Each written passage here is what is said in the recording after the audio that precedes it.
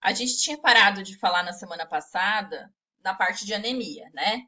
Então, hoje a gente vai terminar a parte de eritrócito e aí começar os outros elementos do sangue. Gente, fecha o microfone aí, por favor, que eu tô ouvindo barulhinhos. O que é a policitemia? Policitemia é o contrário da anemia. O que era anemia mesmo? Diminuição do número de eritrócitos ou da proporção, né, em relação ao plasma de eritrócitos ou a quantidade de hemoglobina total, né? Gente, desliga o microfone aí, fazendo favor, tá uma barulheira. Desliga. Quem é que tá com o microfone aberto? Desligou? Beleza. Então, a polistemia é o inverso da anemia, tá? O que é isso? Quer dizer que é o aumento do número de eritrócitos circulantes em relação ao valor de referência. Da mesma forma que a anemia, polistemia é decorrente de outras patologias, né? Ela é secundária a outras patologias. A gente pode classificar a polistemia como verdadeira, que é aquela que a gente vai observar sinais clínicos. Quais são os sinais clínicos da polistemia? O sangue viscoso, mucosas bem avermelhadas. Então, a gente vai olhar lá a mucosa ocular, vai observar que ela vai estar muito avermelhada. Aumento de frequência respiratória, aumento de frequência cardíaca e apatia. Por quê? Pelo sangue estar viscoso, os eritrócitos não conseguem chegar até os capilares, até os tecidos, então vai ter hipóxia tecidual da mesma forma. O que vai acontecer nesse caso? Como existe hipóxia tecidual, existe um estímulo para continuar produzindo eritrócitos. Então, essa polistemia ela é mantida pelo próprio estímulo, que é aquele ciclo que a gente viu na fisiologia. Como existe hipóxia, existe um estímulo de manter a polistemia. Essa causa verdadeira aqui, ela é rara, ela é muito rara, tá certo? Qual que é a comum que a gente vai observar na clínica? É a causa falsa, que está associada a casos de desidratação. Ixi, espera que alguém chegou aqui.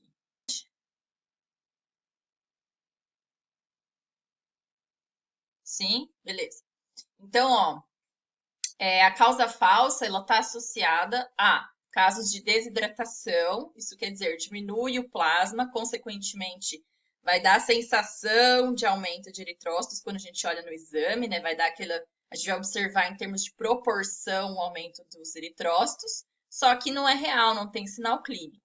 Também pode estar associado ao garrote por longos períodos. Então, se eu mantiver um garrote por longos períodos no momento da coleta, vai ter hemoconcentração, porque o líquido vai para o interstício, vai diminuir a quantidade de plasma naquela região, e aí vai parecer que tem mais eritrócito, certo?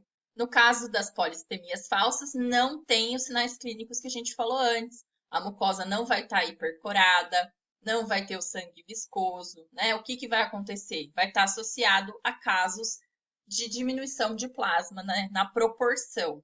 Então, a gente vai observar principalmente quando a gente olha o hematócrito, né? Essa polistemia falsa. Certo? Quanto à polistemia, posso seguir? Então, estou seguindo. Agora, gente, esquece eritrócito. Acabou eritrócito. Não tem mais eritrócitos. A gente vai falar de leucócitos, tá? Não confundam um elemento do sangue com outro elemento do sangue. Eu vi lá no questionário que o pessoal acabou confundindo um pouco, tá? Então, quando a gente fala de eritrócito, a gente está falando de células que carregam oxigênio, CO2, né? Que tem a ver com eritropoetina e não sei o que mais. É anemia, polistemia, né? Agora a gente está falando de leucócito, que são os glóbulos brancos, que são as células de defesa, não tem nada a ver mais com anemia, tá certo? Nem com polistemia.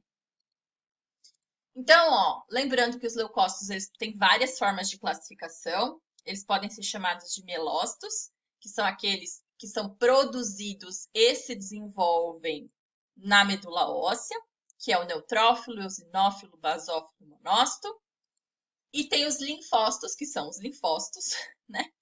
Que são aqueles que são produzidos na medula óssea e se desenvolvem em órgãos linfóides. Olha lá, linfócitos, linfóides, uma coisa lembra a outra, né?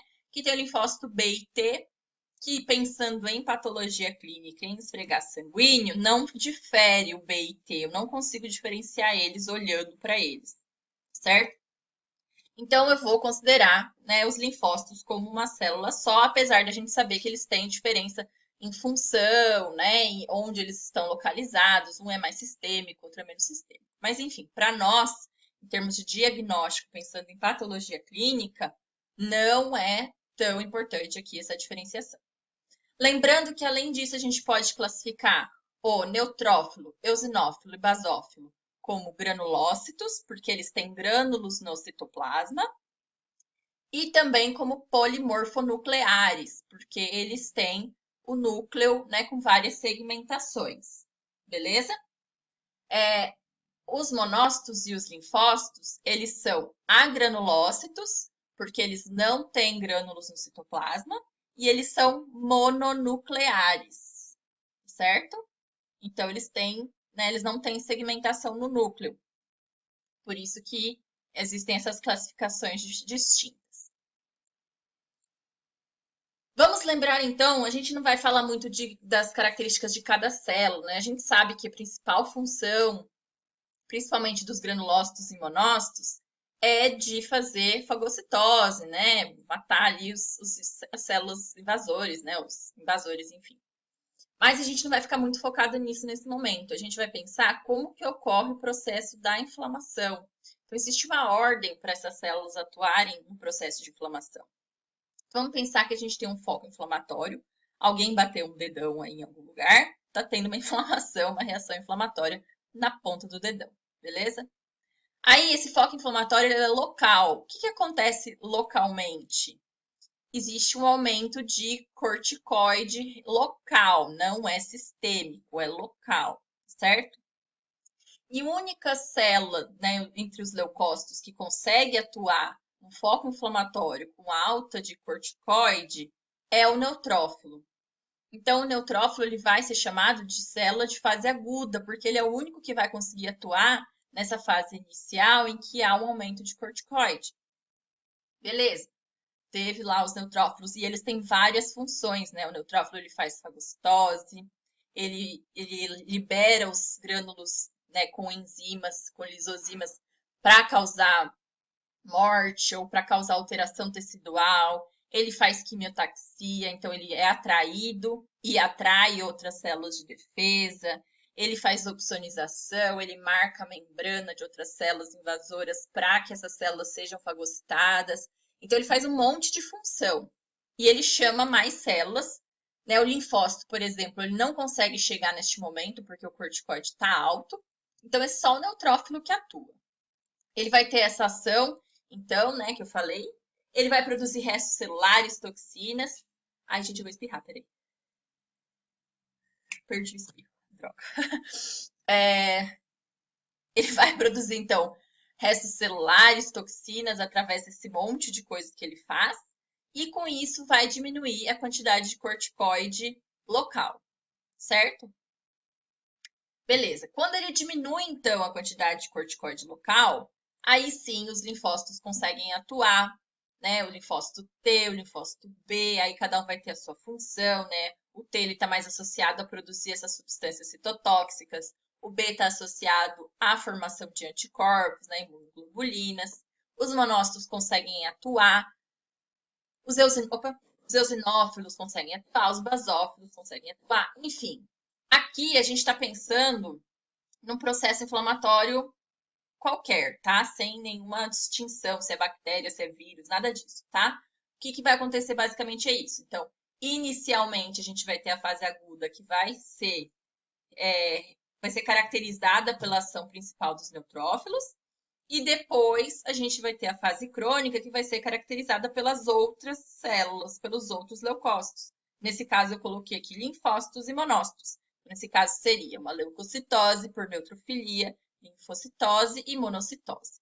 Tá? Esse é o exemplo que eu estou dando. Além disso,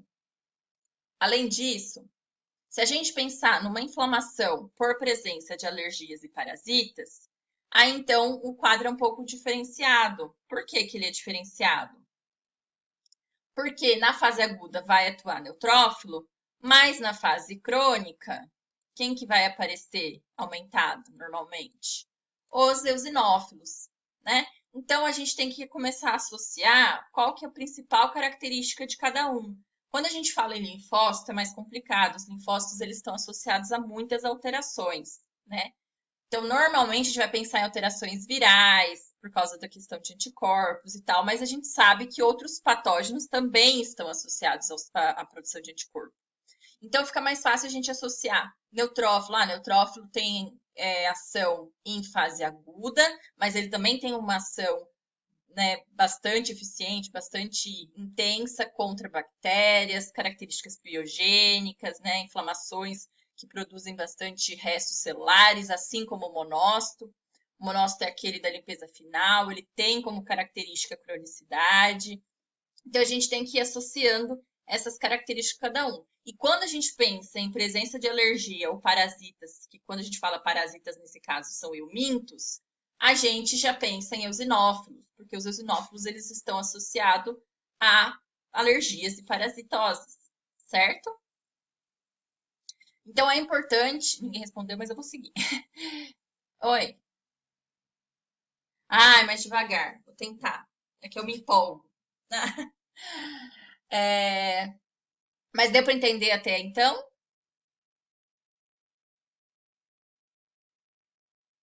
Sim, então beleza. Não, quem falou não? Que parte ficou de dúvida? Qual que é a dúvida, pessoal? Então, ó, como que a gente vai classificar quando tem alteração? Né? Quando tiver aumento do número de leucócitos em relação ao valor de referência, a gente vai classificar como uma leucocitose. Quando que vai ter uma leucocitose? Quando tem um processo inflamatório ou uma infecção, né? Pode acontecer os dois de forma associada. Normalmente a leucocitose ela vai acontecer por neutrofilia. É a principal causa. Por quê? Porque tem muito neutrófilo circulante, é a principal célula circulante. Então, por ter grande quantidade de neutrófilos, geralmente a leucocitose ela é por neutrofilia. Mas ela pode ser também por eosinofilia, basofilia, falei para vocês que é raro, né? A gente vai até ignorar os basófilos, monocitose, linfocitose. Normalmente, quadros agudos vai ser uma leucocitose por neutrofilia somente. Quadros crônicos, leucocitose por neutrofilia associado a alguma dessas células. Dependendo do tipo de célula que tiver aumentada, aí a gente vai associar a um tipo de patógeno, um tipo de caso clínico. Claro, tem que usar as descrições, né, do animal, então todo o histórico, anamnese, análise clínica do animal, o exame físico do animal, e associar com o que eu estou vendo no exame, né, de leucometria global e diferencial.